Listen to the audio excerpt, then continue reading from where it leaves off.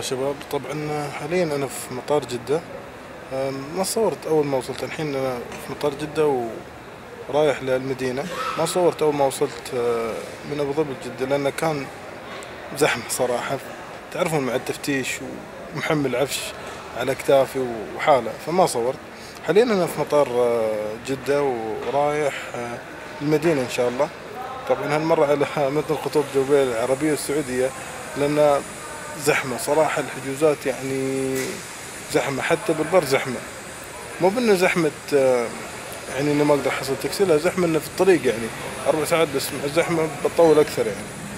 فبس حاليا أنا في المطار، وغريب يعني مع إنهم قالوا إن الطيران الحجوزات زحمة. أشوف صالة الانتظار شبه فاضي. طبعا رحلتي، شوفوا دقيقة خلينا أوريكم المطار. صالة الانتظار هذه تشوفون شبه فاضية. وين جدول الرحلات هذاك، أنا بقرب لكم إن شاء الله يكون واضح الزوم.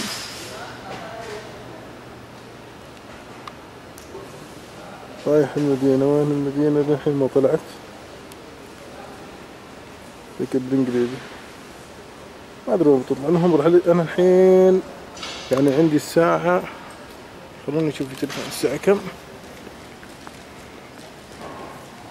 الحين عندي الساعة 1 و3 دقايق بتوقيت السعودية طبعا. باقي على إقلاع رحلتي ساعة. هذه طبعا التذكرة، تشوفون 0:15 يعني الساعة 1 و15 دقيقة الصعود إلى الطائرة. بس رقم الرحلة موجود وبس. إن شاء الله. طبعا انصدمت جدا يعني في مطار جدا، انصدمت. رحت المطاعم، تشوفون في هذاك المقهى كوستا، وفي المطعم الثاني اللي وراء. طبعا هالمطعم اللي هناك للحين ما رحت له. طبعا انصدمت لأن قلت له أبغي آيست كوفي، قال لي ما في. كيف ما في؟ قال لي بس هالمشروبات اللي عندي عصير برتقال وبس. فمع الأسف سيرفيس تعبان جدا وبس. إن شاء الله. طبعا أشكر الشباب اللي ردوا في الفيديو الأول، صراحة شجعتوني إني أكمل تسجيل يعني، مع إني كنت ناوي تقريبا أوقف.